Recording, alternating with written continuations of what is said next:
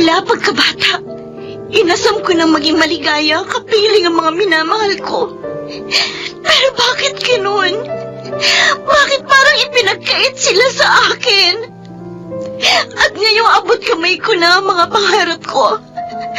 Bakit may nananakit pa rin sa akin?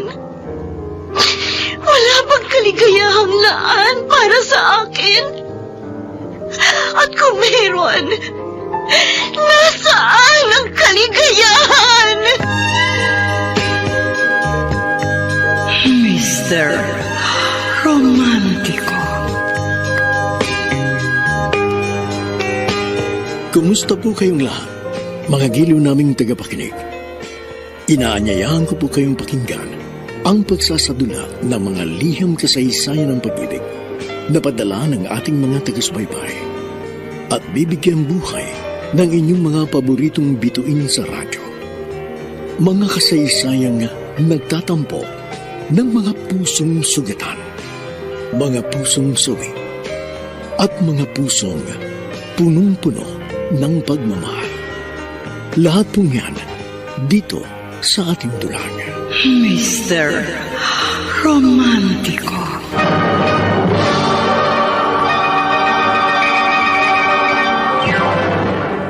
Nakagaling, Veronica. May binili po ako, Tata Ambo. Igagawa ko po kasi ng sabaw si ate. Ay, nandiyan ang ate mo. Ako. Simulan naman ang paghihirap mo. Ay, alam niyo po, Tata Ambo, palagay ko po, nagbago na po ang ate ko. Bakit mo naman nasabi yun? Kasi po mabait siya sa akin eh. Hindi niya na po ako sinisigawan. Aba, ay himala. Sabay nga po kami kumain kanina eh. Hindi pa rin ako makapaniwala sa sinabi mo. Ako nga rin po nagulat eh. Pero masaya po ako. At sana nga po, tanggap na ako ni ate. Sana mahalin niya na ako. Kahit hindi po niya ako tunay na kapatid. Alam mo, ampong ka lang. Nito ko lang po nalaman. Makaraang mailibing sina inay at itay po. Bakit po? Alam niyo po bang ampun lang ako? Kuwan, oo. Dahil taga rito naman talaga ako eh. Kaya alam ko ang tungkol sa'yo. Kung ganon, alam niyo rin po kung sino ang mga magulang ko? Hindi. Kung kasi, nakita ko na lang na, naroon ka na kina Leonora. Talaga palang, sina inay lang ang nakakaalam kung sino ang mga magulang ko.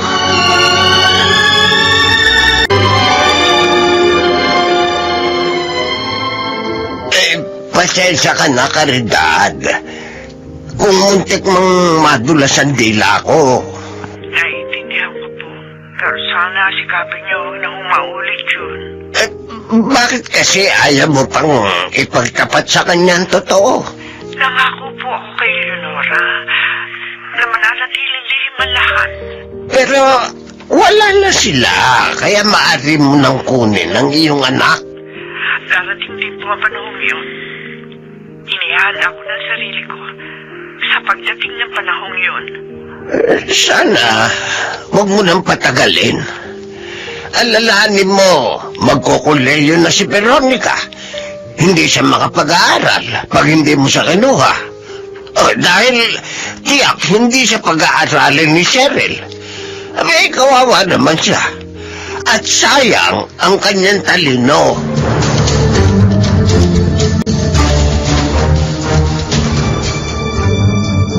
Aalis ako, Veronica. Meron akong kakausapin. Ate, okay ka na ba? Oo, kahapon pa. Saan ka pupunta? Sabi na nga may kausap ako eh. Kulit mo! Ate, nag-aalala lang naman ako sa iyo eh. Iiwan mo pala ako. Magaling na ako. Kaya tumahimik ka na. Diyan ka na nga. Akala ko, nagbago ka na, ate. Ang saya ko pa naman. Akala ko lagi na akong magiging maligaya. Kasi mamahalin mo na rin ako. Pero ngayon, bumalik ka na naman sa dati. Kunwari lang pala ang pagbabago mo. Poldo, eto na ang kape mo. Bakit parang matamlay ka? Masama bang pakiramdam mo? Hindi naman. Kausap ko kasi kanina si Veronica. At may nalaman ako. Huhulaan ko. Tungkol kay Cheryl. Oo. Nagbalik na naman daw yun sa dati niyang ugali. Sabi ko na hindi talagang nagbago ang babaeng yun. Dahil kung talagang totoo ang pagbabago niya, sana humingi siya ng tawad kay Veronica sa mga pagmamaltrato niya. Naawa nga ako sa Veronica kanina. Naging malungkot na naman siya. At hindi lang yun. Malamang pahihirapan na naman siya ni Cheryl.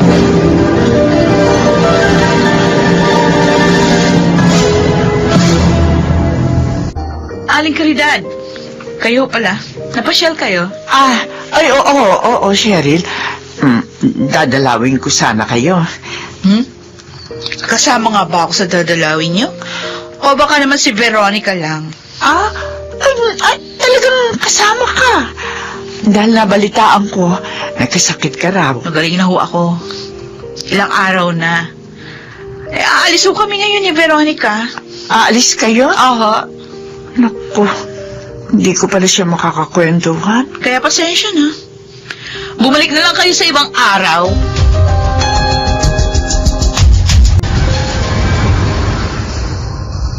Naisakay mo sa tricycle mo sina Veronica at Cheryl? Oo, tatambo. Akala ko nga mamamasyal sila. Sabi ko sa sarili ko, aba, himala.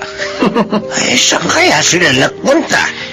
Doon ko po sila binaba sa bahay ni Aling Felipe Yung maraming pwesto sa palengke. Oo, kilala ko si Felipa. Ang balita ko nga naghahanap yun ng tendera para doon sa isa pa niyang pwesto sa palengke. Bakit doon sila pupunta? Hindi kaya nanghihiram ng pera si Cheryl? Nangungutang? Pero bakit kasama pa si Veronica?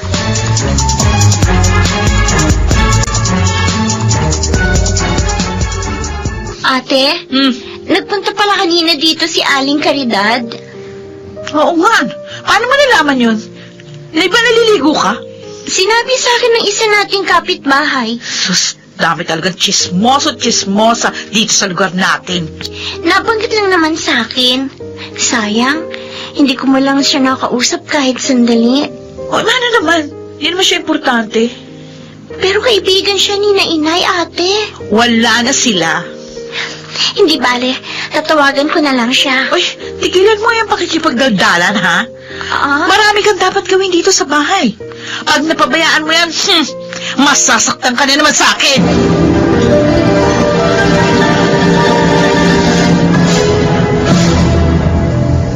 Talaga ho, tatambo? Oo, Dado. Yun ang kwento ni Felipa sa akin na magkita kami kanina. Yun palang dahilan. Kaya siya isinama ni Cheryl kina Aling Felipa. Magtatrabaho na siya. Ay kinuha nga raw ni Cheryl ang advance na sahod ni Veronica. Ngayon, alam ko na. Kaya nagbabait-baitan si Cheryl kay Veronica ay dahil sa plano niyang ito. Ay, nako. Kawawang Veronica. Kung bakit naman kasi hindi pa siya kunin ng tunay niyang magulang.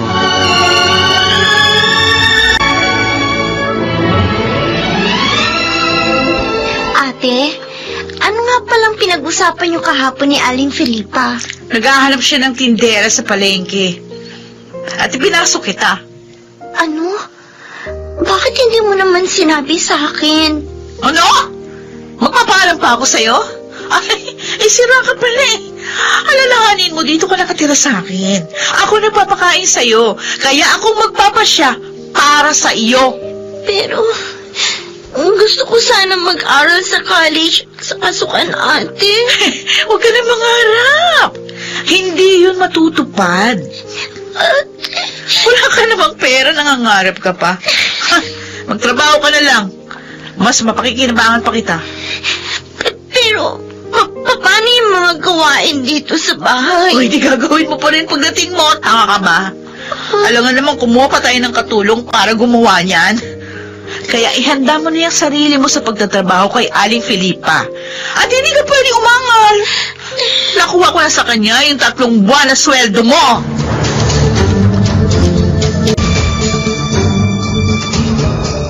Veronica, mabuti naman. Pinasyalan mo ko dito. Pumasok po sa trabaho si ate. Kaya naisip ko po na pasyalan po kayo dito sa inyo. Pasensya na po pala kayo, ha? Hindi ko po kayo naharap nung nagpunta kayo sa bahay. Ay, huwag mo alalahanin yun. Parang malungkot ka. Papagalitan ka na naman ba ni Cheryl? O ano, sinaktan ka? Ate po kasi... Bakit? Ano naman ba ang ginawa niya? Oh, sinaktan ka? Ipinasok po niya ako para magtrabaho eh. Pero hindi ko po alam. Ano? Saan ka naman magtatrabaho? Sa palengke po. Doon kay Aling Felipa. Pambihira naman niya si Cheryl, oo. Wala po siyang balak na pag-aralin ako. Hindi na raw po ako dapat mangarap na makatapos pa ng college. Sinabi niya yun? Opo, Aling Caridad. Pero pwede ka namang makapag-aral. Dahil matalino ka. Maaari kang kumuha ng scholarship. Yun po talaga ang balak ko. Pero hindi na po matutupad yun. Dahil pinasok na po ako ni ate kay Aling Felipa. Kinuha na nga po niya yung 3 buwan na sahod ko.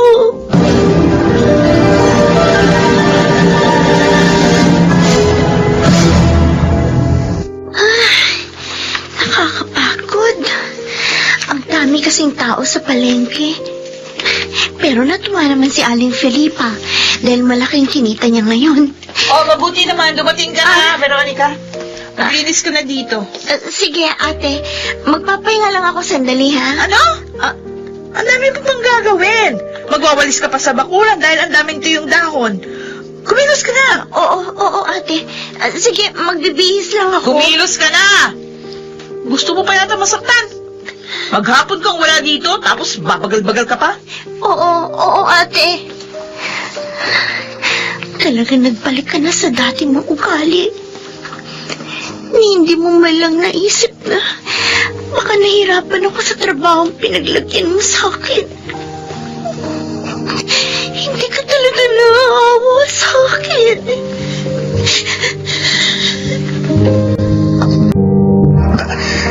Si Veronica itong paparating na. Ay siguro galing siya sa trabaho kay Felipa. Matawag na. Veronica! Veronica, daan ka muna! Tata Ambo, magandang hapon po. Galing ka ba sa trabaho mo niyan? Opo, nakakapagod nga po eh. Pero okay lang, nasasanay na rin po ako. Anong ginagawa ng ate mo? Pumasok po siya sa patahian, pero gagabihin daw po siya mamaya. May pupuntahan daw po siya. Halata sa mukha mo, nahihirapan ka na. Wala naman po akong magagawa eh.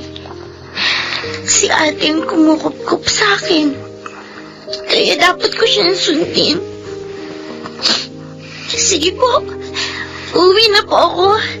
Marami pa po akong gagawin. Sadisa, dalhin mo na itong magasin, para malibang ka naman sa inyo. Oh, salamat po. Maganda po ito. May mababasa po ako. Ay, sige, lumakad ka na. Mag-ingat ka, ha?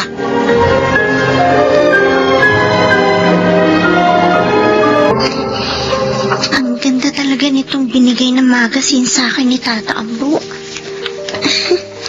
Marami ako nabasa mga balitang artista.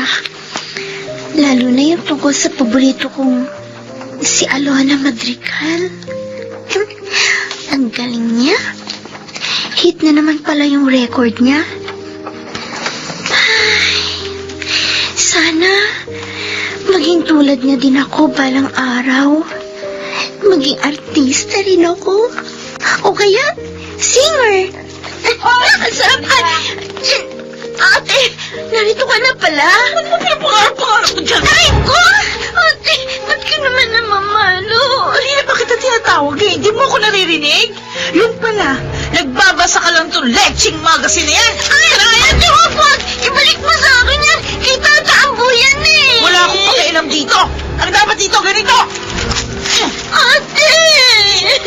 Bakit mo naman pinunod yung magazine? Sabi ko sa'yo, hindi akin yan eh. Storbo lang yan sa gawain mo eh. Bakit? Bakit ha? Nagagalit ka, ha? Nagagalit ka? Lalaban ka sa akin. Ha? Bakit yan? Sige, ano? Naglalit ka sa akin, ha? Ha? Sige, sige. Lumabang ka. Lumabang ka.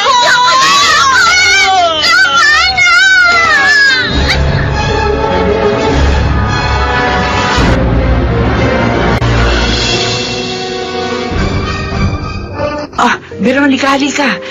Magmerienda muna tayo. Siya nga naman. Ngayon ka lang uli namin makakasalo sa pagkain. Mabuti nga, dinalaw mo kami eh. Balak na nga kitang puntahan sa palengke bukas para kumustahin. Mabait naman po si Aling Felipa. Ngayon nga po, maagang naubos yung tinda namin eh. Kaya naisip ko po, dumaan po dito sa inyo. Pero malungkot ka. May nangyari na naman ba sa inyo? Namumroblema lang po ako. Tungkol saan? Si ate po kasi, pinunit yung magazine na pinihiram sa akin ni Tata Ambo para may mapagkakalibangan po ako. Hindi ko po tuloy alam kung anong sasabihin ko kay Tata Ambo. Bakit niya pinunit? Istorbo daw po yun sa mga gawain ko. Eh tapos na naman po ako magtrabaho sa bahay nung nagpapasa po ako. Ay nako, naghanap lang talaga siya ng paraan para masaktan ka. Kakakigil siya.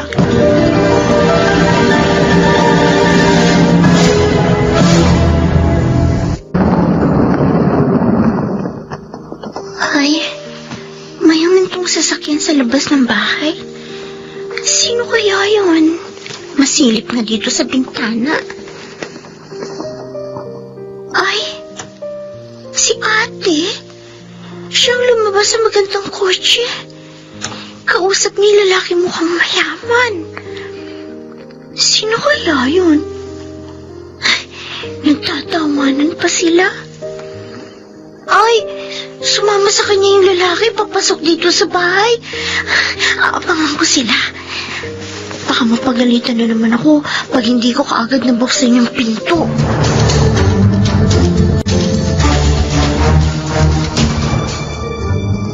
Sige na, iwan mo na ako, Veronica. Ako nang bahala. Oo, ate. Bakit kaya ganun si ate? Napapangiti siyang mag-isa. Dahil kaya yun sa lalaking naghatid sa kanya kanina? Nobyo kaya siya ni ate?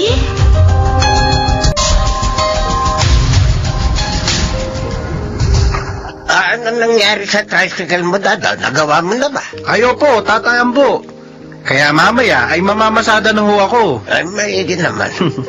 Sa hirap ng buhay ngayon, mahirap ang walang kayad ba?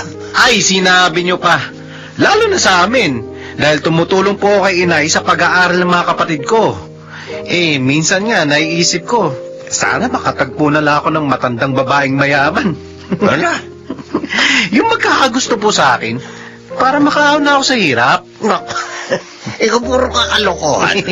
Hindi naman po imposible yun Kung si Cheryl nga mukhang nakatagpo na ng mayaman abay, pwede rin ho ako. Ano? Paano mo naman nalaman?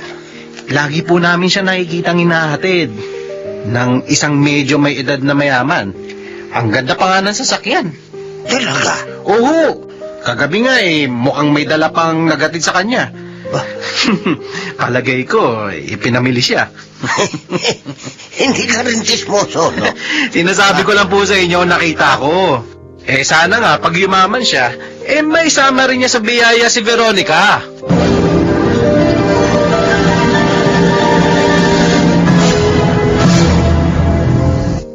Kakainis! Akala ko pa naman akong gusto niya. Yan pala si Veronica. Kaya sa kanya binigay yung magandang damit at sapatos. Si Veronica na naman! Siya na naman ang napansin! Bakit ba ganun? Maganda naman ako. Pero bakit mas napansin siya ni Greg? Kung sa bagay, mabuti na rin yun. Para hindi ako ang makapag-asawa ng matanda. At si Veronica, mas makikinabang ako sa kanya dahil kay Greg. Bakit nga ba hindi? Kung gusto siya ni Greg, di ibibigay ko. Iitiyakin ko lang na makikinabang ako. Baka naman nagkakamali ka lang nang nakita, Poldo. Hindi. Matagal ko silang tinignan. Kaya nakatitiyak ako. Sina Veronica at Cheryl talaga ang nakita ko na kasamang isang mayamang lalaki. Pumasok sila sa isang sikat na restaurant dito sa lugar natin at kumain. Poldo, kinakabahan ako. Bakit?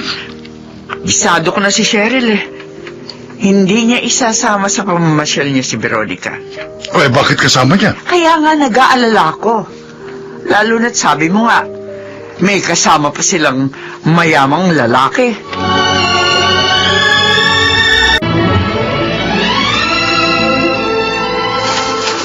Veronica! Tignan mo nga muna yung pagwawalis mo. Halika dito.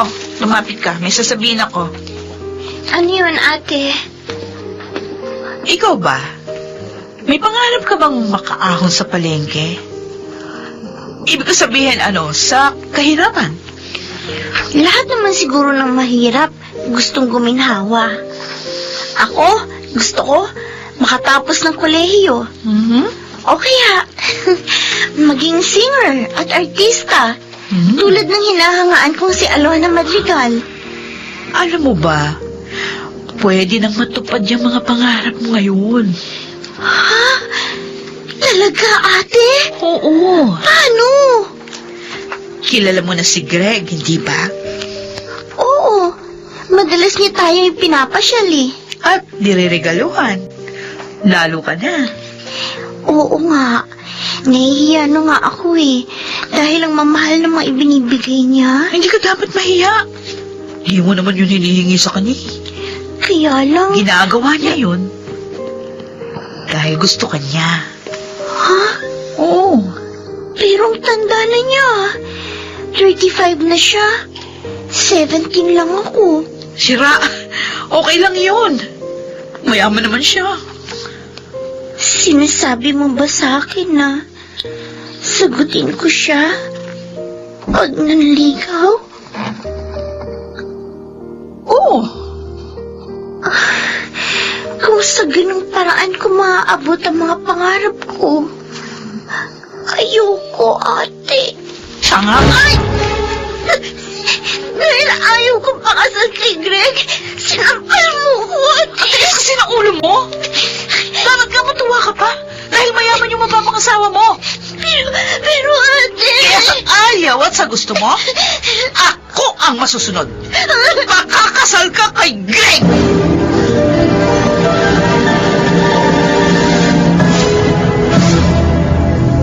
Oh, Veronica, mag-ayos ka mamaya, ha? Dapat maganda ka. Ha? Bakit, ate? Dadating dito si Greg. Dito siya maghahapunan.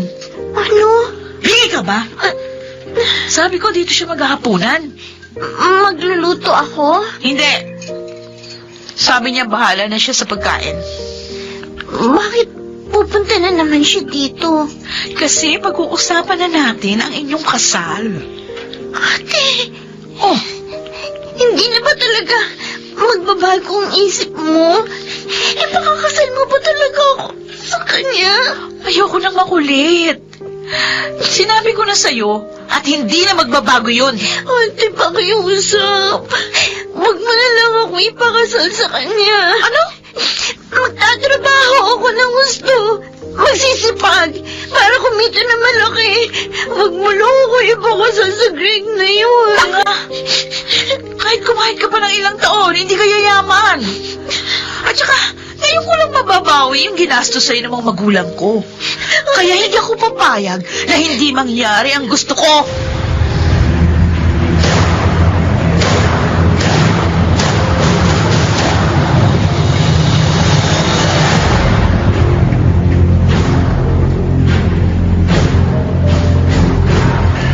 Si Veronica ito paparating at umiiyak. Ay, bakit na naman kaya? Tawagin ko nga. Veronica! Sandali lang. Tampo. Saan ka pupunta? Hindi ko po alam. May problema ito. Bakit ka umiiyak? Sinaktan ka na naman ba ni Cheryl? Tatampo. Gusto ni ate. Ipakasal ako sa kaibigan niyang mayaman. Si Greg. Ala! Abay pambihira. Pinipilit ka niya? Ganun na nga po. Sabi niya, ngayon lang daw niya ako masisingil. Yung mga gastos sa akin ni na inay at itay. Ay, naka. Bakit po ba siya ganun? Lahat naman ginawa ko para matuwa siya. Lahat ng kita ko binibigay ko sa kanya. Pero bakit pinahihirapan niya pa rin ako? Ano po bang kasalanan ko? Siya. Huwag ka nang umiyak. Hindi ka maaaring pilitin ni Cheryl na sumunod sa gusto niya kung talagang ayaw mo. Ano po ang gagawin ko? Sa kanya po ako nakatira. Paano po kung magalit siya sa akin? Puntahan mo si Caridad. Alam ko tutulungan ka nun. Hindi siya makapapayag na masira ang buhay mo.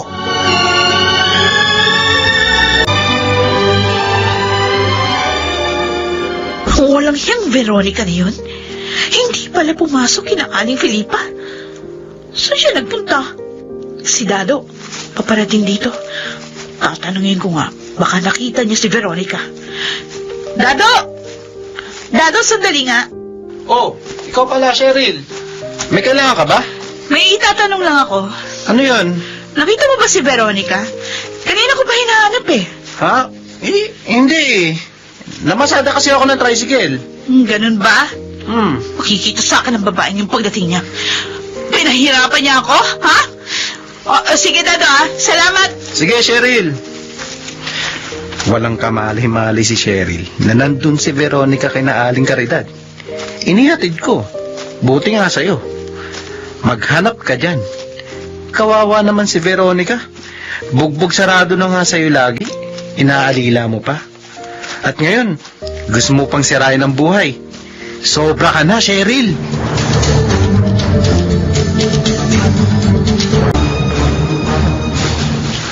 Ngayong kalmado ka na. Sabihin mo sa akin, ano ba talaga nangyari? Anong ginawa ni Cheryl? Aling Caridad, hindi ko na po alam kung kanino pa ako lalapit para malutas ang problema ko. Ano nga ang problema mo? Ayoko na pong bumalik kay Ate Cheryl. Bakit? Gusto po niya ako ipakasal doon sa kaibigan niyang matandang mayaman. Ayoko po yun eh.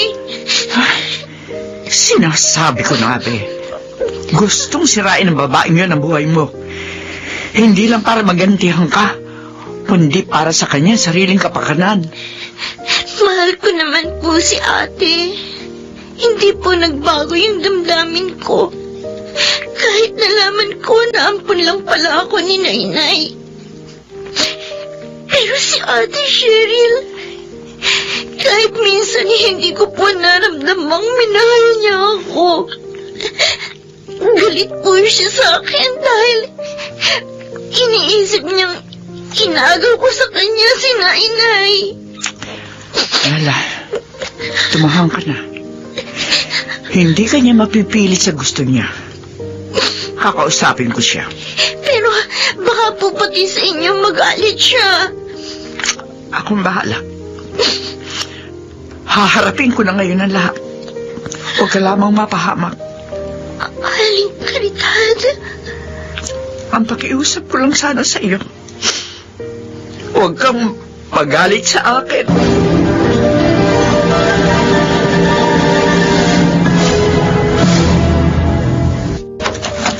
Saan ka galing, magaling na babae?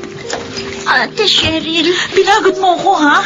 Walang hiya ka talaga. Huwag mo siyang saktan, Cheryl. Kasama ko siya. Aling Caridad. Problema namin ito, wala kang pakialam. May pakialam ako. Dahil ang batang ito na gusto mong sirain ang buhay ay anak ko. Ano? Anak nyo? Aling Caridad. Oo, Veronica. Anak kita. Anak kita sa pagkadalaga. Pero dahil ikakasal ako noon kay Poldo at ayaw niya makasama namin ng ibang bata, kaya napilitan akong ipaampung ka sa kaibigan ko sina Leonora at Tomas. Hindi. Iyon ang dahilan. Kaya sobra ako naging malapit sa iyo dahil hindi na maaaring masundan pa si Cheryl. Tinanggap ka nila at minahal. Pero bakit ngayon lang po ninyo sinabi ito? Dahil nangako ako kina Leonora na mananatiling lihim ang lahat. Kung totoo yung mga sinasabi nyo, nasa na? Nasa na katibayan? Narito sa sobrang ito ang mga larawan niya nung binyagan siya. Maging ang birth certificate niya. Maliwanag na nariyan ang aking pangalan. Patingin.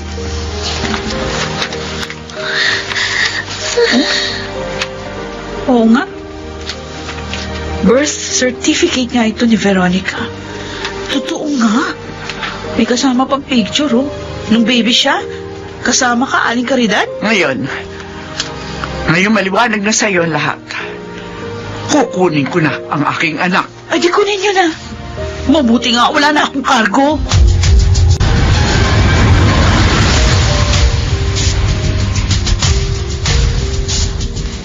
Sayang.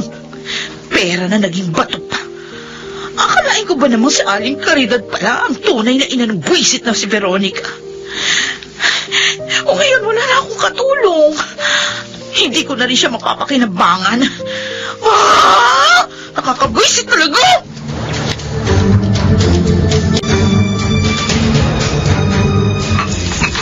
Veronica, handa na almusal. O halika, kumain na tayo. Mauna na po kayo. Mamaya na lang po ako. Mula pa nang dumating tayo dito kagabi, wala ka ng kibo. Hindi ka rin nagkapunan. Galit ka ba sa akin, anak?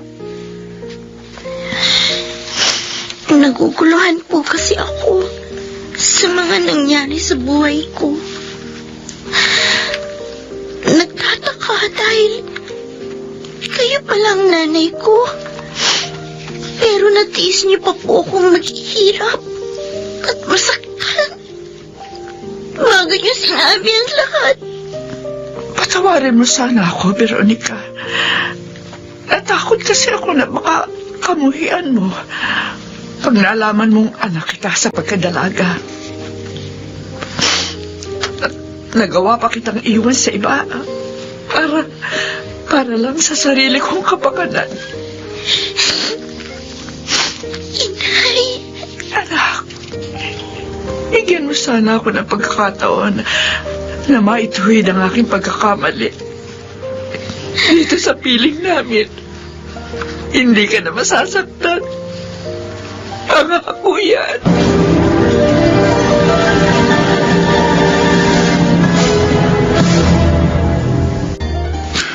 Bukas, Veronica, mamamasyal tayong lahat. Po? Bakit po? Ipamimili ka namin ng mga gamit mo. At hindi lamang yun, anak. Sa pasukan, pag-aaralin ka na namin sa college. Totoo po? Oo, anak. Napag-usapan na namin ng Tatay Poldo mo yun. Maraming salamat po. Nanay Caridad. Tatay Poldo. Babawi kami, Veronica. Sa mga naging pagkukulang namin sa'yo, bigyan mo lang kami ng pagkakataon. Oh, iba na ang itsura mo ngayon, Veronica. Tama si Tata Ambo. Tumaba ka na, Veronica. At mukhang masaya na. Tama po kayo, Mang Dado. Tata Ambo, masaya na nga po ako ngayon. Hindi na po ako nahihirapan maging ang aking kalooban. At higit sa lahat, mahal ka ni Caridad, ang iyong ina.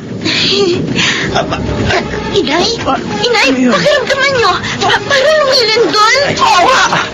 Lumilindol ka!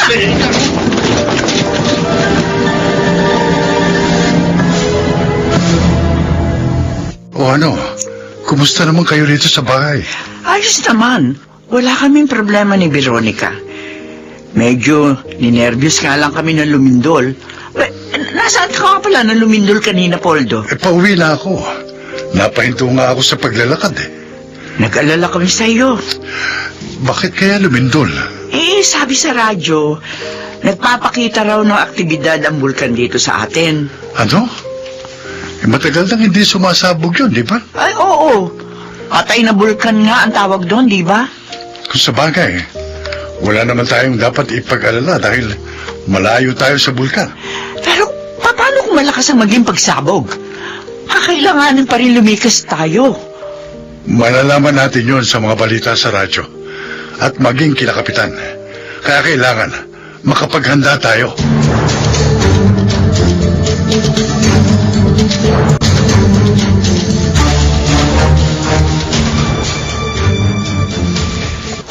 Kaya nga kami ng asawa ko, nagsimula na kaming maganda. Iniaayos na namin ang dadalhin sa paglikas. Bilib talaga ako sa inyo, Tata Ambo. Napakamaagap nyo. Wala pa namang sinasabing dapat tayong lumikas, pero naghahanda na kayo. At para pag umalis kami hindi na ako balik ng balik dahil mapanganib yun. Tama po si Tata Ambo, Mang Dado. At saka di po ba may kasabihan, daig na maagap ang masipag. Kaya po siya maagap. Uy, masipag din ako, Veronica. Yan si Tata Ambo. Masaya pa rin kahit may suliranin. Uy, pero walang biro ha. Paghandaan nyo ang kalamidad na ito. Dahil sa tagal na hindi sumasabog ang bulkan dito sa atin, tiyak malakas magiging pagsabog nun. At malaking pinsala yun sa kabuhayan natin. Paano kaya ako makatutulong kina Inay at Itay?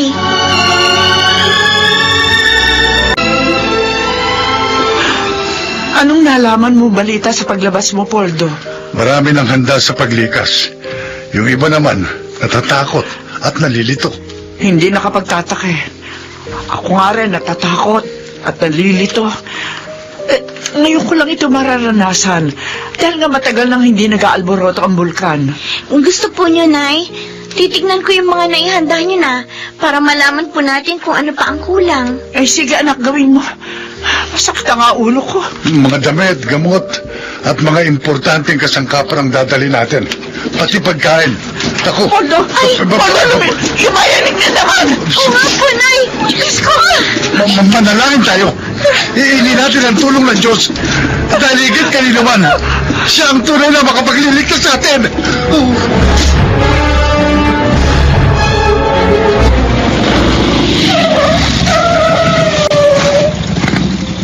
Narito na po ako, Mang Poldo. Dala ko na po ang tricycle ko. Daling ko na po ba kayo sa itinalagang evacuation center para sa atin? Oo. Ang alam ko, may mga nagpunta na ron eh. Meron na nga po. Pero marami pa rin ang narito.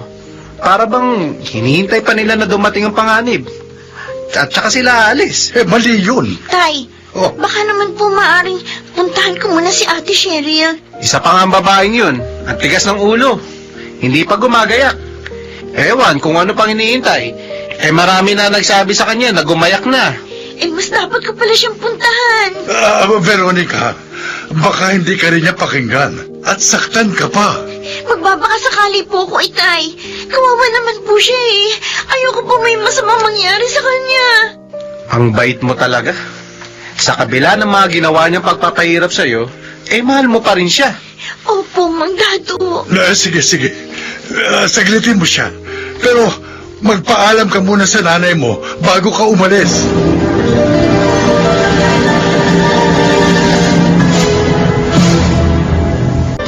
Anong kailangan mo?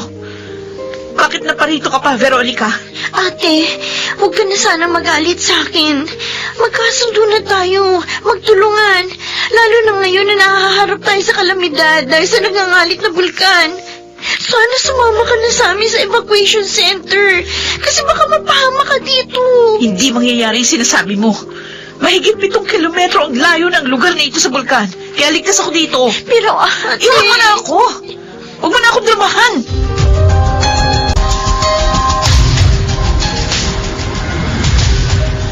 Nag-aalala ka pa ba, anak? Pumanatag ka na. Narito na tayo sa evacuation center. Oo nga naman, anak. Si Ate Cheryl po. Pinuntahan ko siya para yayain dito pero hindi po siya nakinig. Siguro, masama pa rin ang loob niya.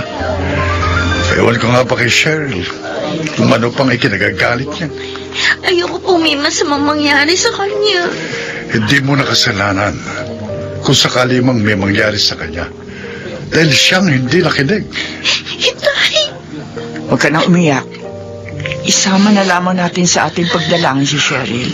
Nanawa, ingatan siya ng Diyos.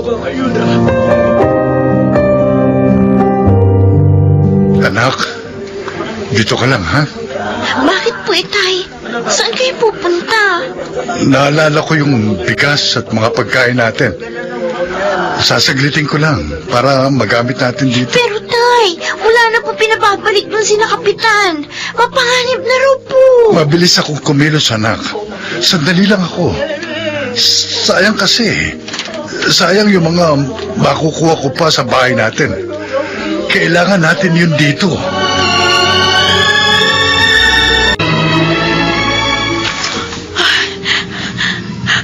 Mas madalas ng pagyanig ngayon, ha?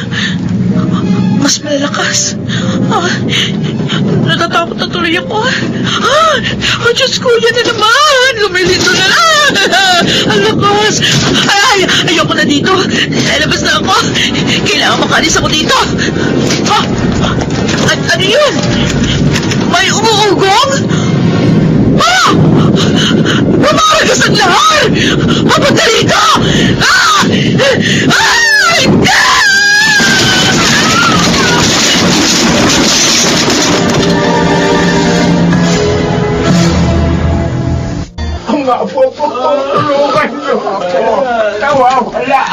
Anak, nasaan ang tatay mo?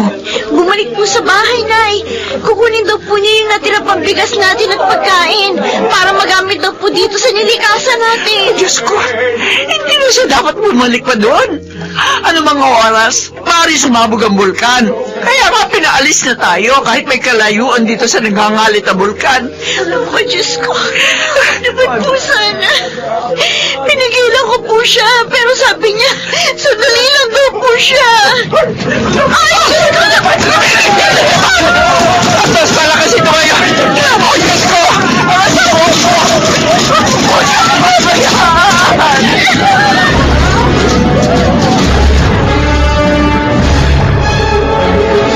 Poldo! Poldo! Asawa ko! Bakit mo naman kami iniwan? Bakit? Kala ko, magiging masaya na ako. Dahil nakilala ko na ang pamilya ko. Hindi pa rin pala. Dahil sandali ko lang kayo nakakasama. Tatay Poldo. Dapat kasi, hindi na siya bumalik pa sa bahay. Inabot tuloy siya na pagsabog na bulkan. Nakikiramay kami, Caridad. Veronica. Nakikiramay po kami. Natambo. Dado, wala na po ang asawa ko. Iniwan na kami ng mabait kong asawa.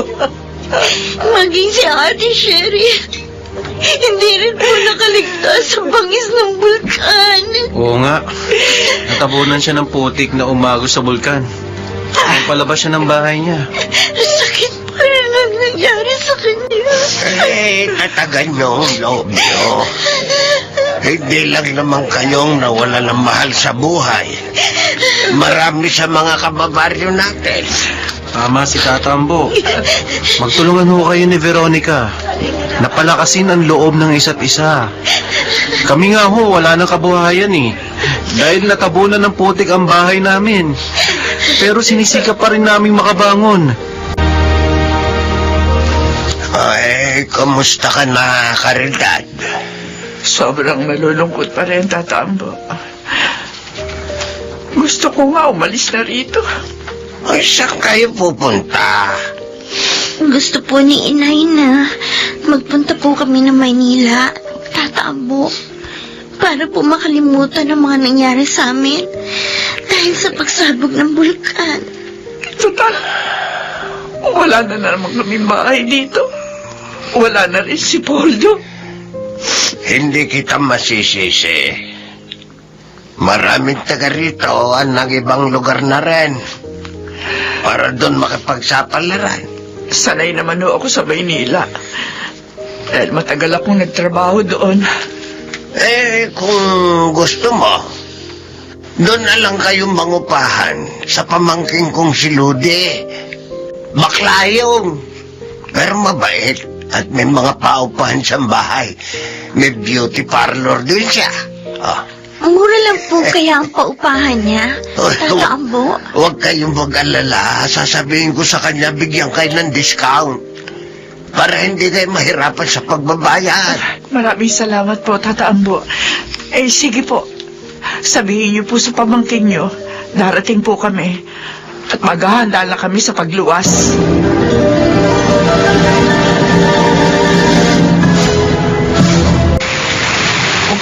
Oh, anak.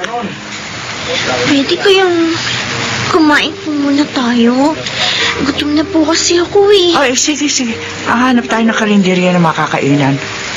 Gutom na nga rin ako eh. Teka, sandali, kukunin ko dito sa... Ano ko? Oh, Diyos ko! Bakit po, Inay? Ano nakita niyo sa bag niyo? Anak, iniwa ang bag ko! Wala na yung pitaka at sermon ko! Sama naman ang gumawa nun.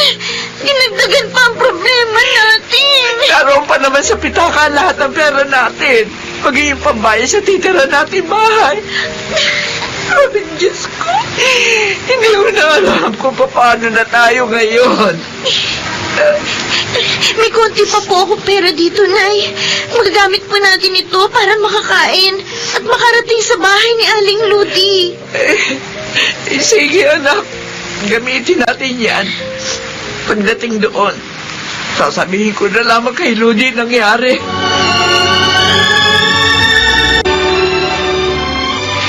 Oo, kawawa naman kayo. Walang hiya talaga mga mamdurukot na yun. Binibiktima nila kahit kapwa nila mahirap para lang mabuhay sila. At mukha mga bagong salta rito sa Metro Manila ang kanilang binibiktima. Tama. Kaya dapat talaga laging mag-ingat. Hindi po namin namalayan ang nangyari. Pareho po kasi masakit ang ulo namin ni Inay. Well, wala na tayong magagawa doon. Tapos na yun. Kaya, tutulungan ko na lang kayo. Sige. Tumuli na kayo sa isa kong paupahan. Yung pangatlong bahay. Ay, naku. Maraming salamat, Ludi, ha? Okay lang yun, Mother. Ibinili naman kayo sa akin ni Tito Ambo. At sa kanyo na lang isipin ang bayad. Pag may trabaho na kayo. Makakaganti rin kami sa kagandahan loob mo. Thank you po talaga. Kung kailangan po ninyo ng maglilinis sa parlor ninyo, pwede po ako. Oh, okay ka ha? Hindi ka lang maganda. Mabait ka pang anak. You are helping your mother. Ganun pala nangyari sa kanila. Kawawa naman. Namatayan na nga. Nawalan ng kabuhayan. Natukutan pa. Kasalanan ng mga taong halangang kaluluwa. Pinipinsala ang kanilang kapwa. May mailaman lang sa kanilang bituka. Yung iba naman po, ginagamit sa bisyo ang kinikita sa pandurukot. Totoo yan. Buti na lang, nasabi nyo kina Aling Caridad ang tungkol sa pamangkin nyo. Oo. At naibiling ko rin sila sa pamangkin ko. Kaya yun ang tumutulong sa kanila ngayon. Ang problema nila ngayon ay ang magiging trabaho ni Aling Caridad. Masipag si Caridad. Maraming alam na gawain. At naniniwala ako, hindi magtatagal makapagtatrabaho din siya ron. Huwag lang siyang makalimot na tumawag sa Diyos. Nay, naisip ko po, ano kaya kung magtinda tayo ng almusal dito sa harap ng bahay? Ha? Kasi po maraming tao sa lugar nito eh. Baka po maraming bumili pag nagtinda tayo. Pwede. Kaya lang, wala tayong puhunan. Kulang din tayo sa gamit. Eh di manghihiram na lang tayo ng ibang gamit kay Tita Ludi. Tapos, yung natitirang pera ko dito, gamitin natin puhunan. Sige. Kahit 2 klaseng almusal lang sa Sibula. Hanggang sa mapalago natin yun. Makakabangon na po tayo ngayon, Inay. Oo, umiiyak na naman kayo. Hindi, natutuwa lang ako. Dahil nawala man si Poldo. Kasama naman kita ngayon. Hindi ako mag-isang haharap sa mga hamon ng buhay. Alam niyo po, hindi ko lang sinasabi sa inyo pero nagpapasalamat po ako sa Diyos. Kasi po, kinuha niyo ako kay ate. Ngayon nararamdaman ko, mas maliwanag na po ang buhay ko.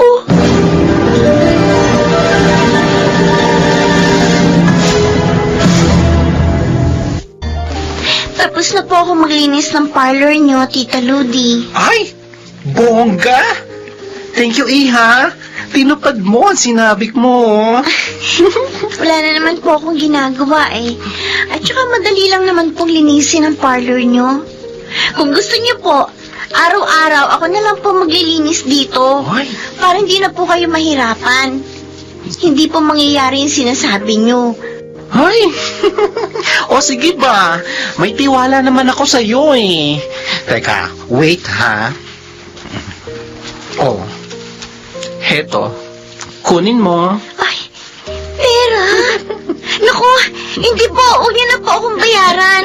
Kami nga po ang dapat magbayad sa inyo eh. Aba, sige na. Kunin mo na. Para may maitabi ka. Diba, ginamit nyo sa pagtitinda ang pera mo? Pero, nakakahiya po sa inyo. Ang tumatanggi sa grasya, nabubulag. Ay, Gusto mo bang ma-blind? hindi po. Pues, get na this!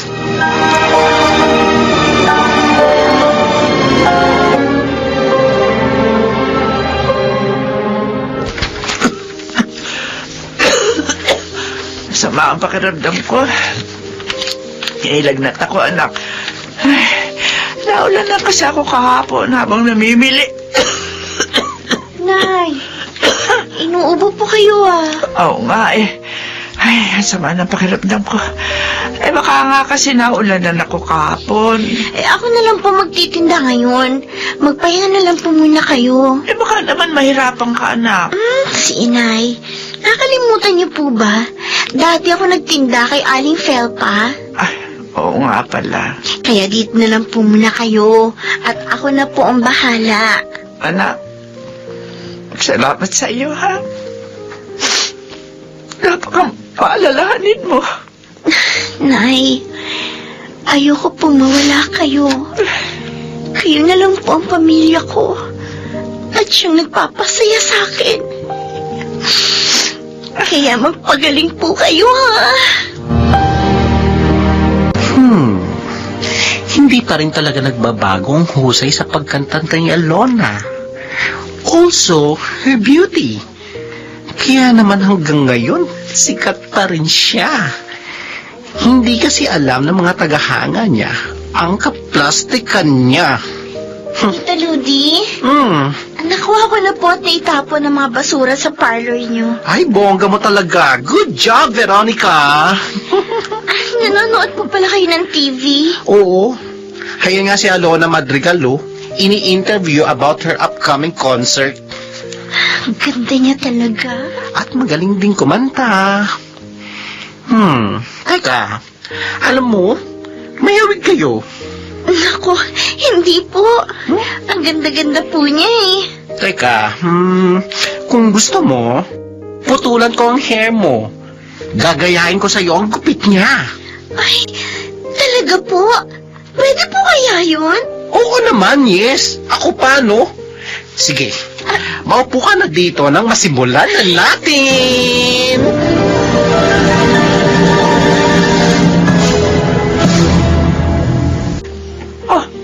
Oh, Diyos ko. Hindi. Oh, Hindi. bakit po, inay? Natakot kayo na makita ako? Ay, hindi po babagay sa akin ang gupit at makeup ko? Oh, ikaw pala yan, anak. Akala ko kasi si Alona yung artista. Sabi nga po ni Tita Ludi, kamukha ko raw siya. Oo nga, tama si Ludi. Siya ba nag-ayos sa'yo ng ganyan? Opo, naiya nga po ako eh. Kaya lang mapilit siya. Bagay naman sa'yo, anak. Ang ganda ko po pala. Kaya lang, bakit natakot po kayo na makita ko? Eh, hindi naman po nakakatakot ang itsura ni Alona Madrigal ah. Hindi naman ako natakot. Nagulat lang ako. Halika na nga. Maghapunan na tayo. Hindi na pa kita hinihintay eh. Ludi, ito ang bayad namin sa bahay ngayong buwan na ito. Uy, sure ba kayo na kaya nyo na magbayad, Aling Caridad? Oo naman. May naitabi na kaming pera. Abay, okay. Thank you, Mother. Teka, may iba nga ako. Gusto po bang magtrabaho ni Veronica? Gusto niya makaipon upang makapag-aral. Well, kung regular siya magtatrabaho sa parlor ko, makakaipon siya. At matuturuan ko pa siya ng ibang skills. Gusto mo siyang kunin para sa parlor mo? Sana, kung okay lang sa'yo. Ay, oo! Sasabihin ko agad to kay Veronica. Naku, siyak matutuwa yun.